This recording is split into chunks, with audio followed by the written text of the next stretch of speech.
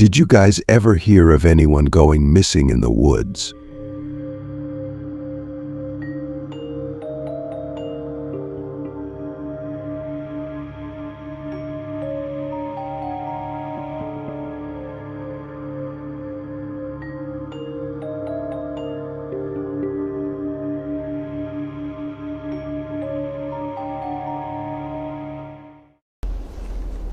One summer, when I was a boy, my parents sent me to stay with my grandparents for the break.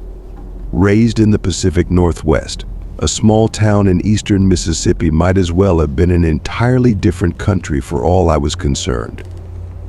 The instant we got out of the airport, I was struck with the oppressive humidity, and I became convinced right then and there that my parents downright despised me.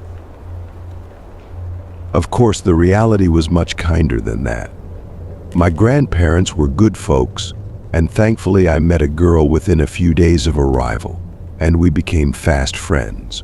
Her name was Jessie, a local girl with long blonde hair and green eyes, the first pair I'd ever encountered. I was in love at first sight. Jessie was a year or two older than me, but that didn't matter much to us. Jessie was the reason I got up every morning, not in a romantic sense, of course, but a very literal one. Sure, my grandparents were very hospitable, but they were old and southern, about as far removed from my narrow worldview as could be. They just had no idea how to entertain me, and I think Jessie was as much a relief to them as she was to me, taking me off their hands during the days and curtailing somewhat my boundless youthful energy. The place where my grandparents lived was about a mile out from a place called Ashbury Wood, and it was a mile I walked daily. I would always meet Jessie on the path, heading my way. On rare occasions, she would already be at my grandparents' house when I was leaving, and I never saw where she lived. It didn't matter much to me, though, because the woods were our real home. Ashbury Wood wasn't particularly dense, but boy did it seem to go on forever.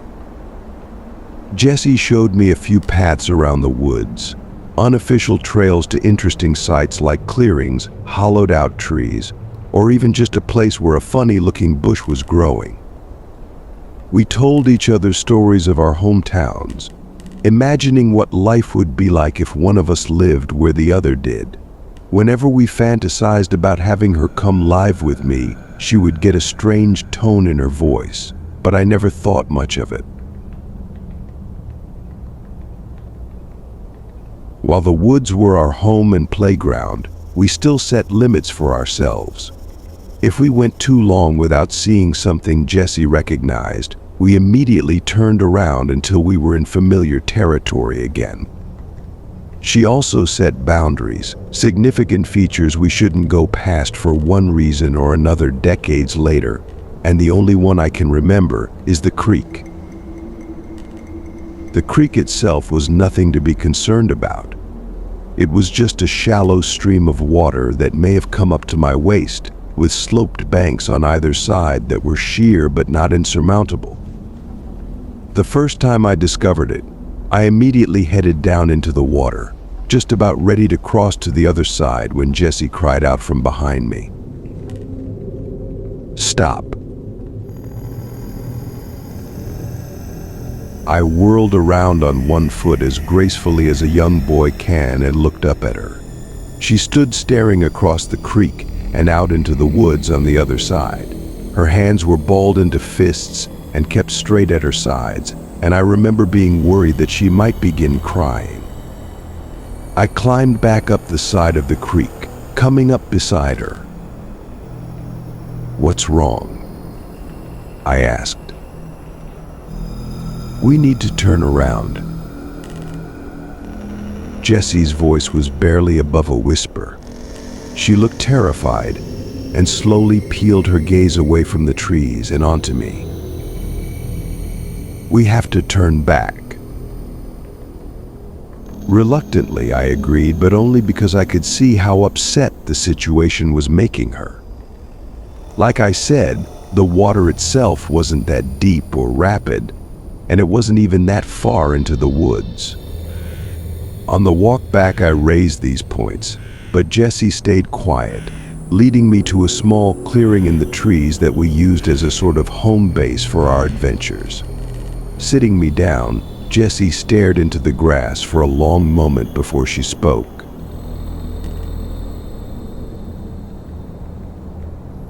"2 years ago, I had a friend named Emma. Her hands were balled up in her lap, shaking. We used to play in these woods, like you and me do. And one day, just like you and me, we found that creek. I laughed not because of the content of the story, but because I'd never heard someone pronounce it crick before. Her head snapped up to look me in the eyes, and I fell quiet. Standing across from it was these kids who looked about our age only. They weren't right. That time there was only one of them. His head just hung to the side like this." Jessie let her head flop to the left, hanging limp. Another was real tiny, and his hands and head were even littler, like tinier than a baby's. Now, I'm not proud of this next part, but we weren't exactly sugar and spice 2 a.m., if you know what I mean. I shook my head that I did not.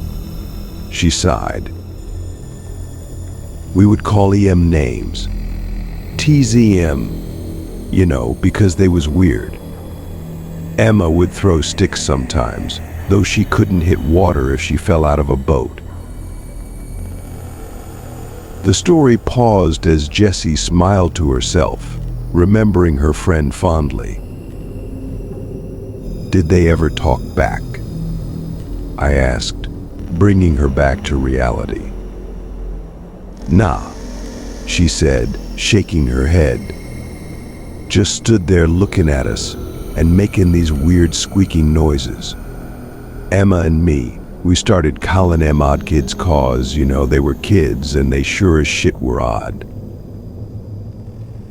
I blushed at such intense language, but Jessie didn't notice. But no matter what we did to him, they never came across the creek. Always just stood on the other side, staring and squeaking. Wasn't always the two, neither. There was different ones, 4 or 5 in all, I think. What happened to Emma? The direction the story was going was obvious, and I was eager to learn. Jessie stayed quiet for a long while, staring into the ground and absently picking at the grass beneath her. "So at first we were afraid, right? The Oddkids weren't normal, and we would scare each other silly telling stories of how they eat people and like to run around naked together, just dumb stuff. But as time went on, we got less and less scared of EM. It got to the point where we'd stand right on the other side of the creek and dare them to cross over, but they never would.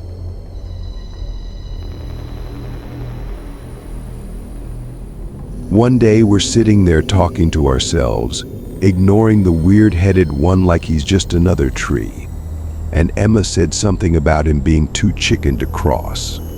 We both looked at him, and he just walked off, turned around and went deeper into the woods, till eventually we couldn't see him. And I teased Emma that he was daring her to follow him, that she was a chicken if she didn't go. I was listening with rapt attention at this point. To my young mind, this girl's tale of terror more closely resembled a great campfire story, made even better by the fact that it allegedly took place only a brisk walk away from where I sat.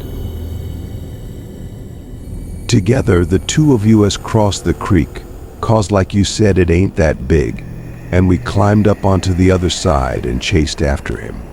We went maybe a quarter mile in before we start hearing that squeaking again. Only up close it didn't sound like squeaking anymore. It sounded like chittering. They surrounded us faster than either of us expected, coming out of the trees like ghosts.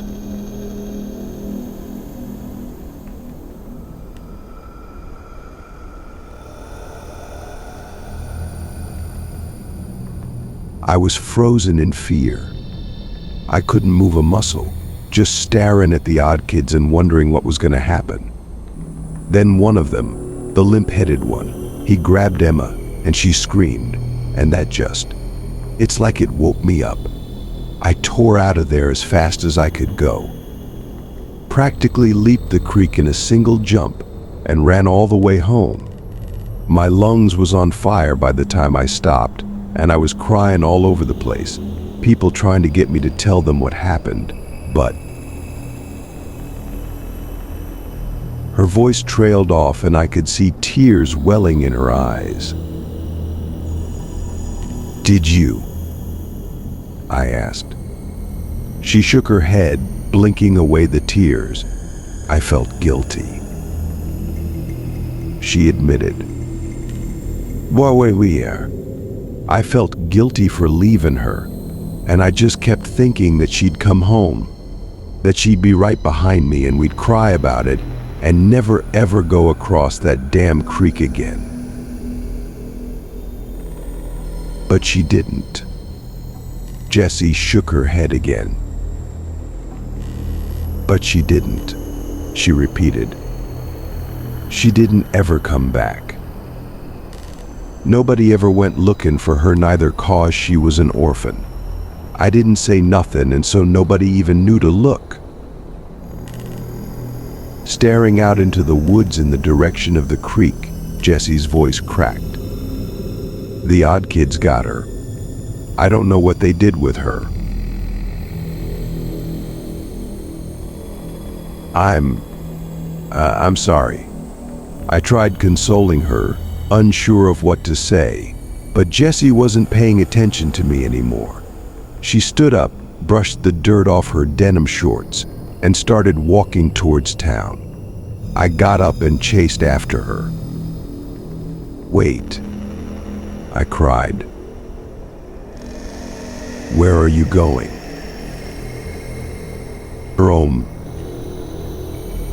Home.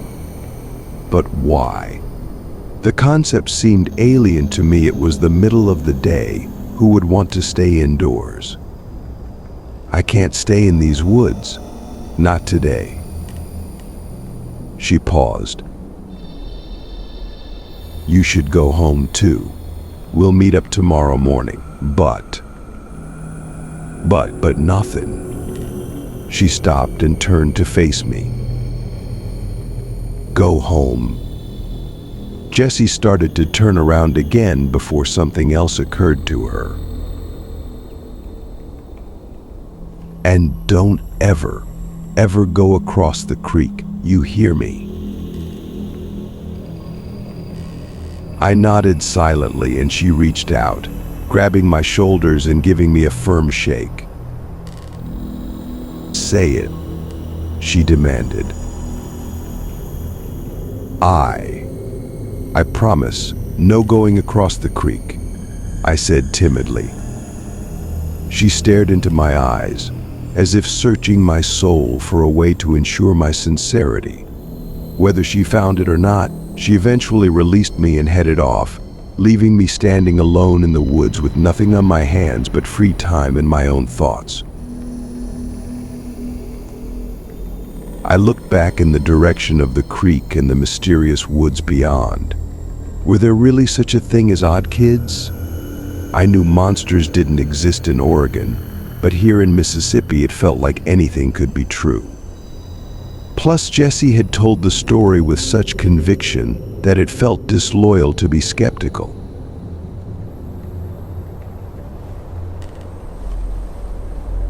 I spent the rest of the day in the woods, wandering aimlessly. Part of me wanted to go back to the creek, but real or not, Jessie's story had scared the hell out of me.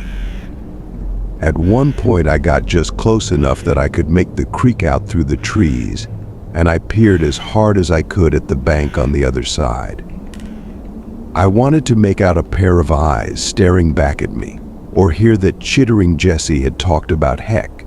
At that point, I would have accepted a quick blur between the trees as concrete evidence, but despite my willingness to believe, nothing came forward to present itself. The opposite bank was devoid of life, and I didn't have the gall to investigate any closer.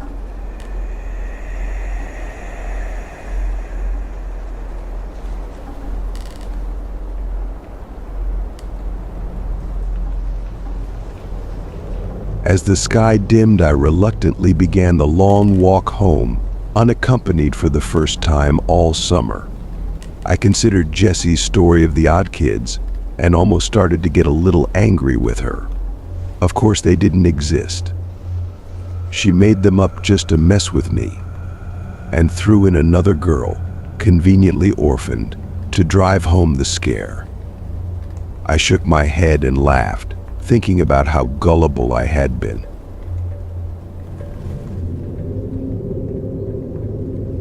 Later at dinner, I ate with the ferocity of an animal.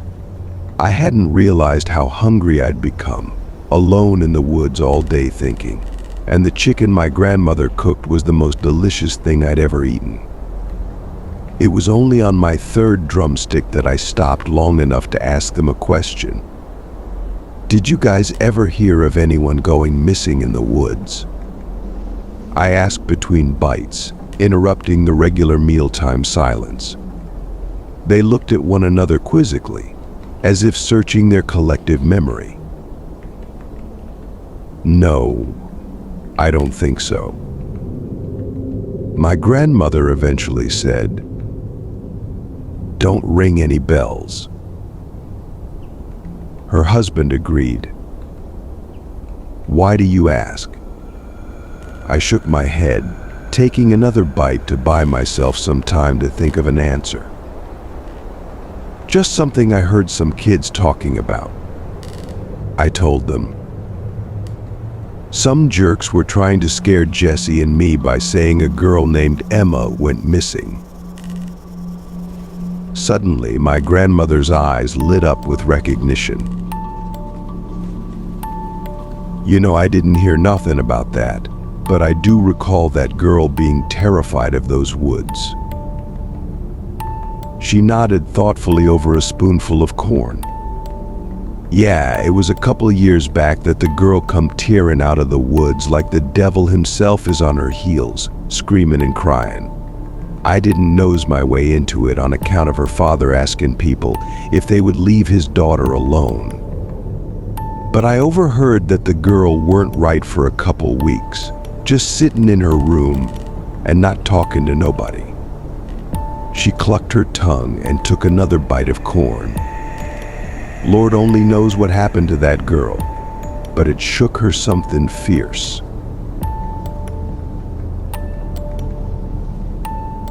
I suddenly felt a sick terror in my stomach, like the feeling you get watching a recording of yourself only to see something terrifying looming just out of your sight, something you never knew was there. Did this mean the Oddkids were real? Had they been watching me as I stepped into the creek? "So you never found out what happened?" I hesitantly asked, unsure if I wanted the answer. Grandma just shook her head, and the three of us continued eating in silence. Grandpa brought up a baseball game he'd seen on TV earlier that day, and I feigned interest as well as I could, but I wasn't all there. My mind was back in the woods at that creek, inspecting every square inch of my memory for a sign of something else.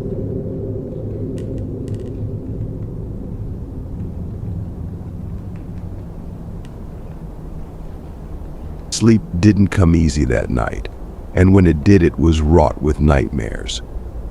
Thoughts of the Oddkids crawled through my mind, bringing me back to the creek. Looking deeper into the woods, I saw dozens of pairs of eyes staring back at me, slowly bobbing back and forth, as though they were advancing towards me. My dream self was paralyzed, helpless to do anything but watch as the monsters came out of the shadows. The one Jesse had described, with his head sagging to the side, lead the plodding advance. As a group, the Oddkids crawled down into the creek, dragging broken limbs and torn flesh behind them, each of them chittering off tempo with the others to create a horrible cacophony of noise that filled my ears and bore into my soul. Staring into the hungry eyes of the limp-headed leader as he reached out to drag me down, I awoke screaming. The noise still rang in my ears and, coupled with my panic, caused me to flail against my blankets as though they were trying to engulf me. I fell onto the floor with a hard thud, finally coming to rest. My grandfather burst into the room and my grandmother was close behind him. "Are you okay?" he bellowed, still full of adrenaline, even though he was beginning to realize there was no threat. Embarrassed, I kicked the sheets off of me and stood up. "Yeah, just a bad dream," I muttered. As I came to my senses, I realized the noise I had been hearing was the sound of cicadas filling the room, broadcasting their mating calls to the world. Laughing off their overzealous response, my grandparents led me downstairs to breakfast, which I accepted readily. That morning, I walked all the way to the woods without running into Jessie. I stood at the edge of the path looking back down the road, trying to make out her figure, but nobody was there. Sighing, I walked all the way back to my house, then down to the woods again. There was no sign of her. My adolescent mind filled once more with nightmarish imagery, but I did my best to stay grounded in reality. She was the last person who would have gone across the creek, and if the Oddkids ever ventured out of the woods, surely people around town would talk about them, right?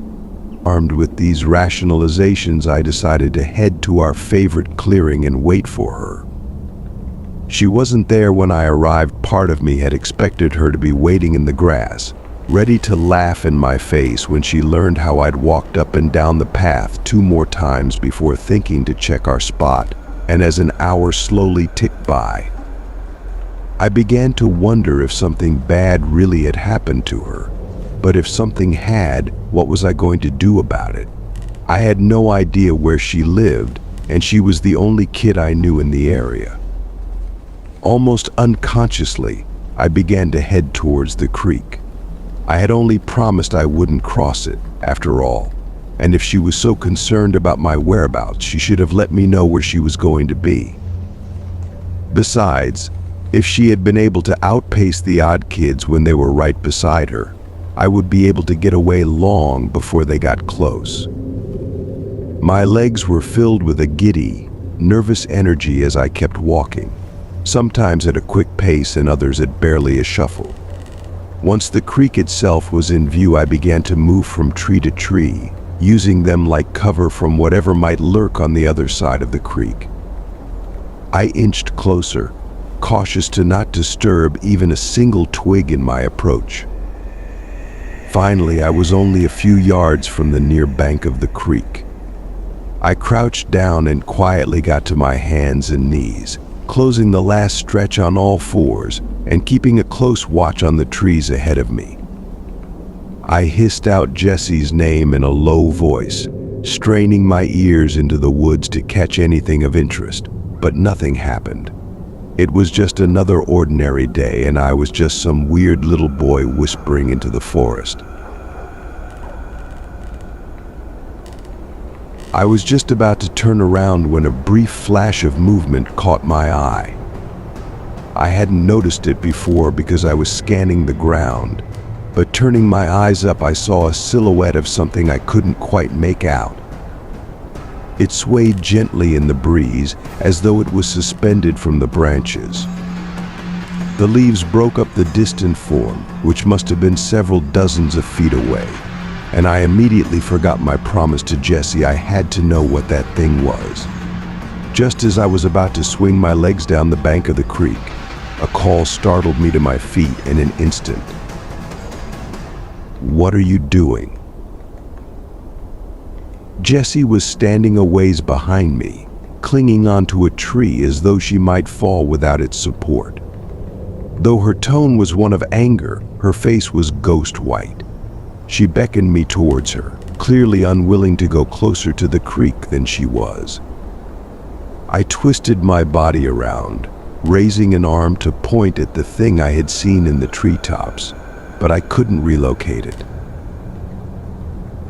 I saw something.